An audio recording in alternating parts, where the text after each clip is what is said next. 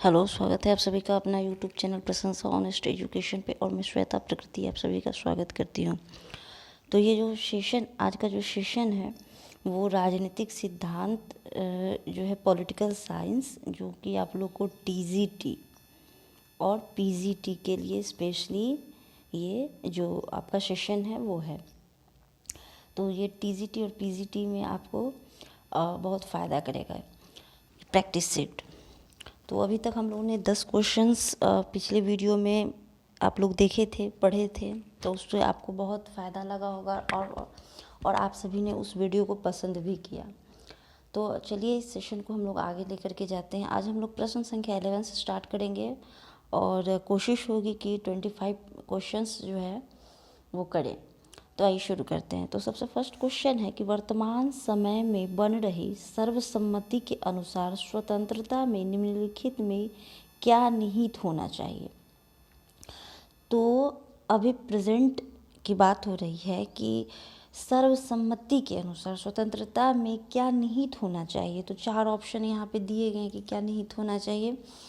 तो यहाँ आपका हो जाएगा, फर्स्ट कह रहा है कतिपय भौतिक एवं विधिक अवरोधों का अभाव, है ना, और सिविल एवं राजनीतिक स्वतंत्रता की विद्यमानता। सेकंड हो गया, फर्स्ट ये और सेकंड ये हो जाएगा। थर्ड क्या कह रहा है कि आय, शिक्षा, स्वास्थ्य एवं के सामाजिक प्रावधान। और चौथा है कि सांस्कृतिक तारतम्य का संरक्षण। ये थोड़ा वर्ड डिफ़िकल्ट ज़रूर है, लेकिन इस को समझना होगा और इस प्रश्न को जो है उसको सॉल्व करना होगा। तो यहाँ पे एक है बर्न्स क्या कहते हैं कि सभी शासन शिक्षा के माध्यम होते हैं, किंतु अच्छी शिक्षा स्वशासन है जिसे लोकतंत्र कहते हैं। तो इस तरह हम लोग देखेंगे कि इसका आंसर जो हो जाएगा वो ऑप्शन ए हो जाएगा। 1, 2, 3 और 4 ये चारों कथन जो है वो क्या है आपके सही है स्वतंत्रता के दृष्टि से। चलिए अब हम लोग देखते हैं क्वेश्चन नंबर 12, यानी कि सेकंड, आज के इस लेक्चर में सेकंड क्वेश्चन, और पिछला हम लोग 10 क्वेश्चंस किए थे। तो ये क्वेश्चन क्या कह रहा है कि सकारात्मक स्वतंत्रता का समर्थक नहीं है। तो सकारात्मक स्वतंत्रता का कौन समर्थक नहीं है। तो स्वतंत्रता को 2 हिस्सों में बांटा गया, एक नकारात्मक स्वतंत्रता, है ना, नकारात्मक स्वतंत्रता, और दूसरा सकारात्मक स्वतंत्रता, सकारात्मक स्वतंत्रता। तो यहाँ बात हो रही है कि समर्थक कौन नहीं है, सकारात्मक स्वतंत्रता के समर्थक जो है वो कौन नहीं है। तो आपका हो जाएगा यहाँ पे हेराल्ड लास्की, यानी कि ऑप्शन सी। सॉरी, इसमें तो ऑप्शन सी नहीं है, एक सेकेंड, यहाँ पे नीचे दिया गया है। तो यहाँ आप सही उत्तर चुने, तो ऑप्शन सी कैसे हो जाएगा, बी और डी, यानी कि जॉन लॉक और बेंथम, ये दोनों जो हैं वो सकारात्मक स्वतंत्रता का समर्थक नहीं करते हैं। ठीक है, तो सकारात्मक स्वतंत्रता का समर्थन में ज़्यादातर आपका लॉक का विचार है, क्योंकि ये प्राकृतिक स्वतंत्रता में विचार करते थे और ये चाहते थे कि जो है राज्य को उतना वो इम्पोर्टेंट नहीं मानते थे और ये व्यक्ति को महत्वपूर्ण मानते थे। ठीक है, और सकारात्मक स्वतंत्रता के समर्थक कौन कौन से, तो उसके नाम हम लोग जान लेते हैं कि सकारात्मक स्वतंत्रता के समर्थक कौन कौन से हैं। तो सबसे पहले इसमें हम लोग नाम आते हैं, पहला नाम आ जाएगा आपका प्लेटो ये सकारात्मक स्वतंत्रता के समर्थक हैं। फिर रूसो जो है वो भी है। फिर कांट हो गया आपका, हीगल। इसके बाद हम लोग देख लेते हैं तो ग्रीन, ये भी सकारात्मक स्वतंत्रता के समर्थक है। फिर मार्क्स, है ना। इसके बाद आपका हो जाएगा लास्की, ये सब जो है सकारात्मक स्वतंत्रता के प्रमुख समर्थक हैं। बोशांके भी हो गया। तो ये सब नाम जो है इसको आप लोग नोट कर लेंगे और याद करेंगे। चलिए आते हैं हम लोग प्रश्न संख्या 13 की तरफ, देखते हैं क्या कह रहा है कि हर राज्य की पहचान इस बात से होती है कि उसने किन अधिकारों को मान्यता दे रखी है। राज्य अधिकारों को जन्म नहीं देता है बल्कि उन्हें मान्यता प्रदान करता है। यह कथन किसका है कि राज्य जो है अधिकार को जन्म नहीं देता है बल्कि वह मान्यता प्रदान करता है। तो ये कथन जो हो जाएगा आपका option B, Harold Joseph Laski का ये कथन है। प्रश्न को फिर दोबारा हम लोग पढ़ लेते हैं कि हर राज्य की पहचान इस बात से होती है कि उसने किन अधिकारों को मान्यता दे रखी है।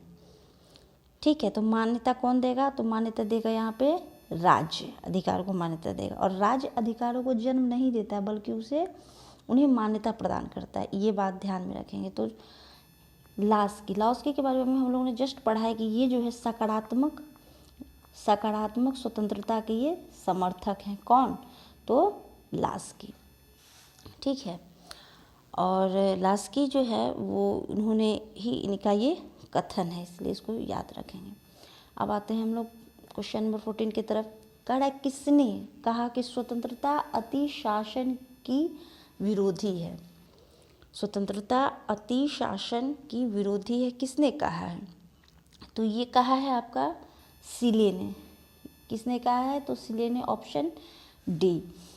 और ये तो हो जाएगा आपका सही आंसर। फिर लॉक ने क्या कौन सा कथन कहा है? तो इसको याद रखेंगे कि लॉक ने कहा है कि स्वतंत्रता कानून के अतिरिक्त अन्य नियंत्रणों का अभाव है।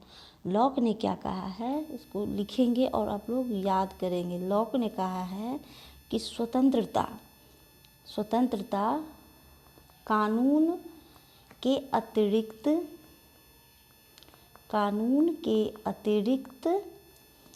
अन्य नियंत्रणों का अभाव है। अन्य नियंत्रणों का अभाव है। ठीक है, इस कथन को आप लोग लिख लेंगे। स्वतंत्रता कानून के अतिरिक्त अन्य नियंत्रणों का अभाव है, ये सारी चीज़ें। चलिए अब हम लोग आ जाते हैं क्वेश्चन नंबर 15 की तरफ। 15 क्या कह रहा है कि निम्नलिखित में से किस दार्शनिक ने कहा था कि समानता अप्राकृतिक है और अवांछनीय है? समानता क्या है? तो ये अप्राकृतिक है और अवांछनीय किस फिलोसफर ने कहा था? तो यहाँ पे हो जाएगा आपका ऑप्शन बी, यानी कि अरस्तु जो थे उसने कहा था कि समानता अप्राकृतिक और अवांछनीय है। और इन्होंने जो है अरस्तु जो है इसने 2 प्रकार की समानता की बात की है। कितने प्रकार की समानता का बात की है? तो 2 प्रकार की समानता का बात की है। पहला है आनुपातिक समानता। पहला कौन सा समानता है? तो आनुपातिक समानता। दूसरा समानता कौन सा है? तो निरपेक्ष समानता। याद रखेंगे इसको। दूसरा हो जाएगा आपका निरपेक्ष समानता। ठीक है, अरस्तु ने 2 प्रकार की समानता की बात की, एक आनुपातिक और दूसरा निरपेक्ष। चलिए आते हैं क्वेश्चन नंबर 16 की तरफ। 16 क्या कहता है कि किसने कहा कि आर्थिक समानता राजनीतिक स्वतंत्रता का एक मिथक है? किसने कहा कि आर्थिक समानता के बिना राजनीतिक स्वतंत्रता एक मिथक है, यानी कि राजनीतिक स्वतंत्रता के लिए क्या है? आर्थिक स्वतंत्रता ज़रूरी है। तो इस तरह का स्टेटमेंट किसने दिया है? तो इस तरह का स्टेटमेंट जो है वो दिया है GDH गोल ने। Option C. किसने दिया है? तो GDH गोल ने। इसने कहा है कि आर्थिक समानता के अभाव में राजनीतिक समानता एक मिथक है।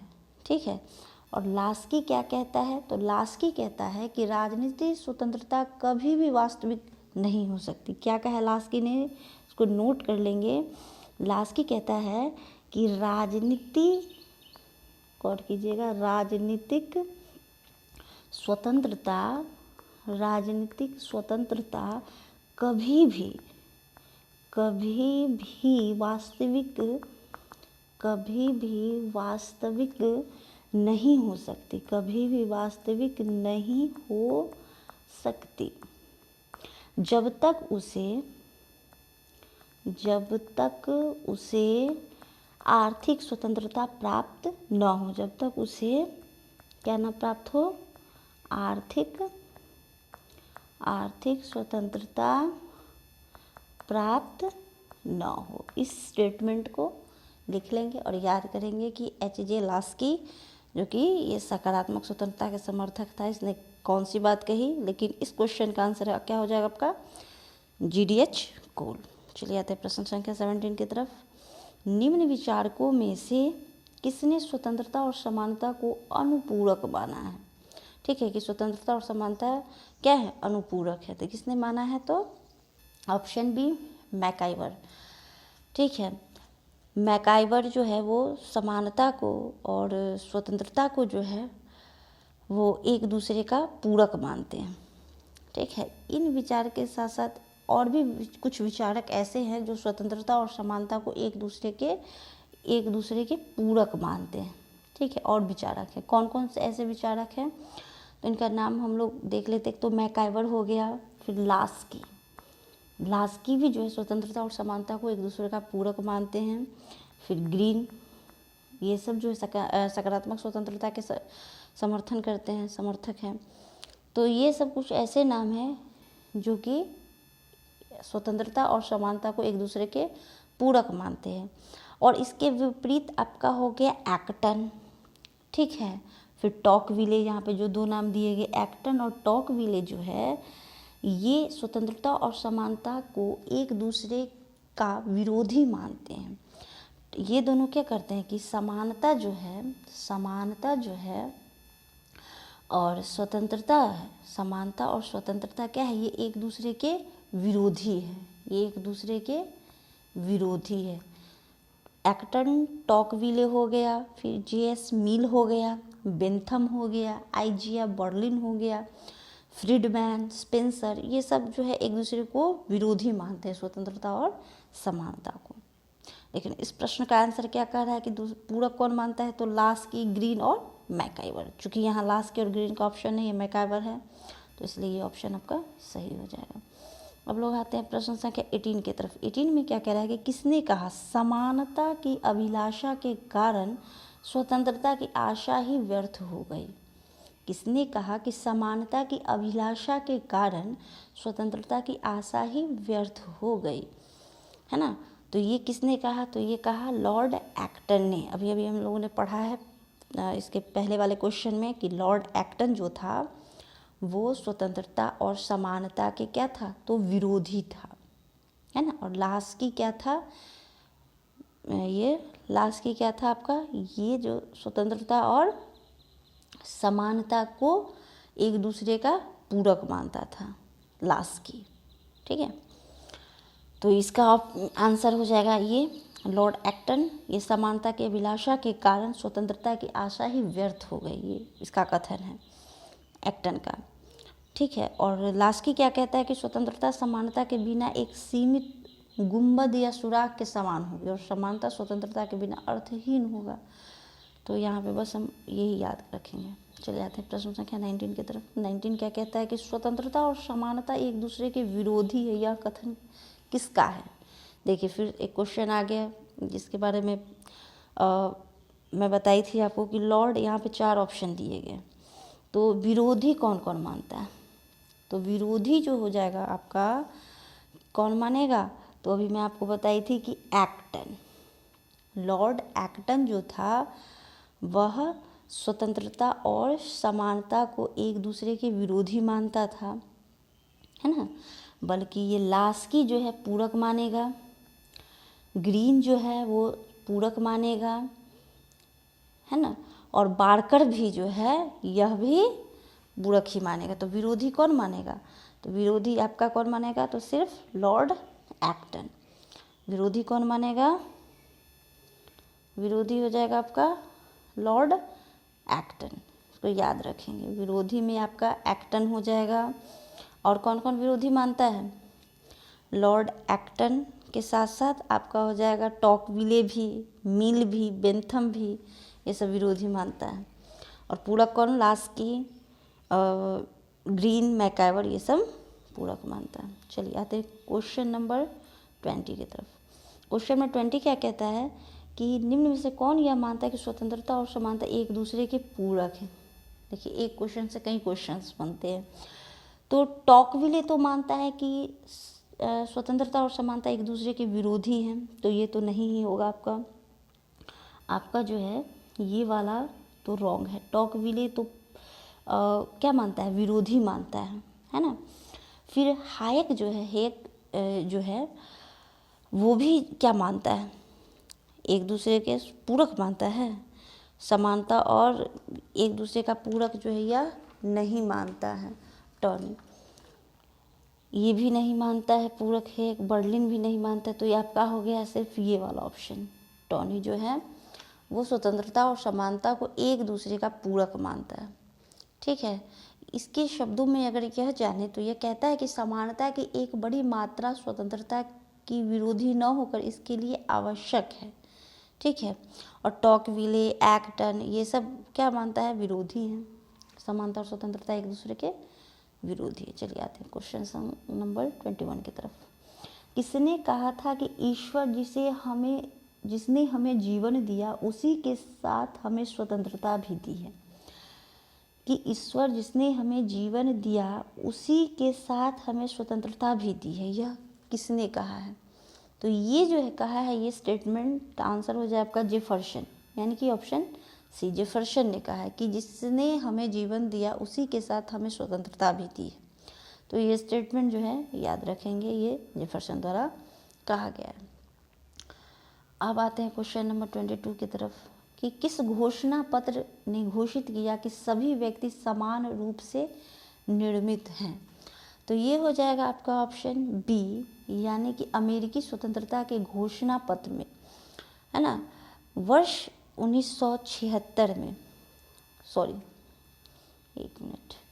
वर्ष जो है 1776 में क्या हुआ, 1776 में जो है अमेरिकी स्वतंत्रता के घोषणा पत्र में घोषित किया गया। कहा कि तो अमेरिकी स्वतंत्रता के घोषणा पत्र में जो है घोषित किया कि सभी व्यक्ति समान रूप से निर्मित हैं। क्या घोषित किया कि सभी व्यक्ति समान रूप से निर्मित है। ये अमेरिकी स्वतंत्रता के घोषणा पत्र 1776 में यह घोषित किया गया।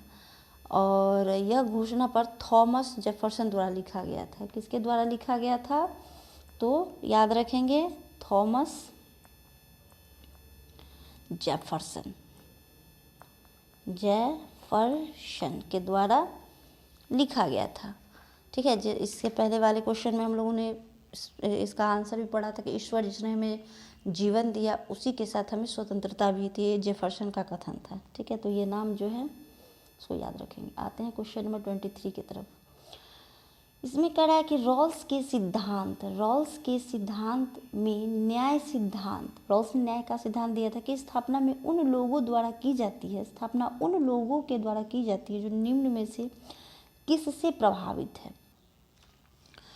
तो जॉन रॉल्स, आपको पता ही होगा कि जॉन रॉल्स ने न्याय का सिद्धांत दिया था, है ना। तो जॉन रॉल्स के सिद्धांत में न्याय सिद्धांत की स्थापना उन लोगों के द्वारा की जाती है जो निम्न में से किससे प्रभावित है। तो यहाँ हो जाएगा, क्या हो जाएगा आपका, अज्ञानता का आवरण। आंसर क्या हो जाएगा, अज्ञानता का आवरण।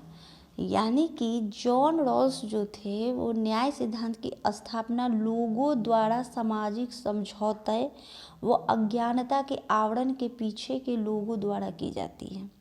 ठीक है, तो ये ध्यान रखेंगे, अज्ञानता का आवरण। और जॉन रॉल्स ने क्या, कौन सा सिद्धांत दिया, न्याय का सिद्धांत दिया। और इसकी पुस्तक का क्या नाम है, तो पुस्तक का नाम ध्यान रखेंगे, ए theory of justice, A theory of justice, जो 1971 में ये पुस्तक लिखी थी, जो कांट के आदर्शवादी सिद्धांतों से प्रभावित था। ठीक है, इसको याद रखेंगे। अब आते हैं क्वेश्चन नंबर 24 की तरफ। क्या कह रहा है कि निम्नलिखित में से किसने अमेरिकी स्वतंत्रता की घोषणा 1776 लिखी। देखिए आगे ये क्वेश्चन, तो ये हो जाएगा आपका option A, Thomas Jefferson. Thomas Jefferson ने अमेरिकी स्वतंत्रता की घोषणा जो 1776 में इसकी घोषणा हुई थी उसको खुद लिखे थे। और इस आधार पर इंग्लैंड के 13 उत्तर अमेरिकी उपनिवेशों ने 4 जुलाई 1776 ईस्वी को स्वयं को इंग्लैंड से स्वतंत्र घोषित कर दिया था। तो इसका ऑप्शन ए हो जाता है। अब आते हैं लास्ट क्वेश्चन पे, इस वीडियो का लास्ट क्वेश्चन 25 क्वेश्चन, इसको देखते हैं। इसमें क्या कह रहा है कि निम्नलिखित में से कौन अधिकारों के निर्देशात्मक सिद्धांत का सबसे अच्छा वर्णन करता है। तो यहाँ हो जाएगा ऑप्शन से, यानी कि यह राज्य को एक लंबी ऐतिहासिक प्रक्रिया के उत्पाद के रूप में मानता है। तो निर्देशात्मक सिद्धांत राज्य को सकारात्मक अच्छाई के रूप में देखता है। ये जो निर्देशात्मक सिद्धांत है ना, वो राज्य को क्या देखता है, वो राज्य को जो है क्या कैसे किस रूप में देखता है, तो राज्य को सकारात्मक अच्छाई के रूप में देखता है। और यह सिद्धांत राज्य को परंपरागत एवं इतिहास की उपज मानता है तथा राज्य से हमेशा जन कल्याण की अपेक्षा ही करता है। तो आज की इस वीडियो में इतना ही, और यह वीडियो जो है आपके लिए बहुत ही उपयोगी रहेगा, खास करके टीजीटी के लिए और पीजीटी के लिए। ये बहुत ही उपयोगी वीडियो लगेगा। तो कैसा लगा यह वीडियो कमेंट सेक्शन में बताइए, और अगर वीडियो अच्छा लगे तो लाइक, सब्सक्राइब और शेयर कीजिए। आज के लिए इतना ही, धन्यवाद।